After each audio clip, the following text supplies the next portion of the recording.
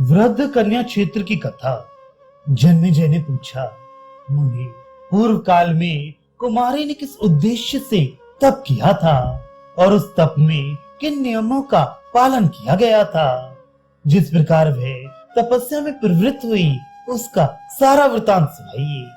वैशंपायन जी ने कहा, राजन, प्राचीन काल में एक कुड़ीगर्ग नामक महान यशस्वी ऋषि हो गए हैं। उन्होंने बड़ी तपस्या करके अपने मन से ही एक सुंदरी कन्या उत्पन्न की। पुत्री को देखकर मुनि को बड़ी प्रसन्नता हुई। कुछ काल के पश्चात वे शरीर का त्याग करके स्वर्ग में चली गई। अब आश्रम का भार उस कन्या के ही ऊपर आ पड़ा।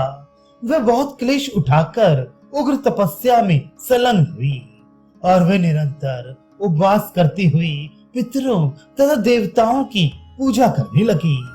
उसे उग्र तपस्या करते बहुत समय बीत गया। वह बूढ़ी और दुबली हो गई। तब उसने परलोक में जाने का विचार किया।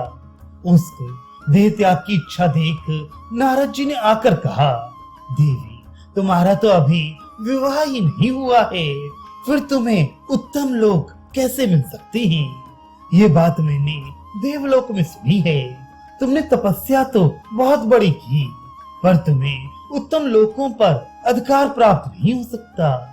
नारद की बात सुनकर वह ऋषियों की सभा में जाकर बोली, जो कोई मेरा पानी ग्रहण करेगा उसे मैं अपनी तपस्या का आधा भाग दे दूंगी। उसके ऐसा कहने पर गालव के पुत्र श्रृंगवान ने कहा, कल्याणी, मैं इस शर्त पर तुम्हारा पानी ग्रहण करूंगा कि विवाह हो जाने पर तुम एक रात मेरे साथ निवास करो। वृद्धा कुमारी ने हाँ कहकर अपना हाथ मुनि के हाथ में दे दिया। गालव नंदन ने शास्त्रीय विधि के अनुसार हवन आदि करके उसका पाणी ग्रहण संस्कार किया।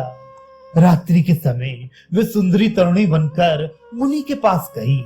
उस समय उसके शरीर पर दिव्य वस्त्र और आभूषण शोभा पा रहे थे। दिव्य हार तथा दिव्य अंगरागों की सुगंध फैल रही थी। उसकी छवि से चारों ओर प्रकाश सा हो रहा था। उसे देखकर श्रृंगवान ऋषि को बड़ी प्रसन्नता हुई। उन्होंने एक रात उसके साथ निवास किया। सवेरा होते ही वह मुनि से बोली, विप्रवर, आपने जो शर्त की थी उसके अनुसार मैं आपके साथ रह चुकी। अब आज्ञा दीजिए, मैं जाती हूँ। ये कहकर वह वहां से चल दी।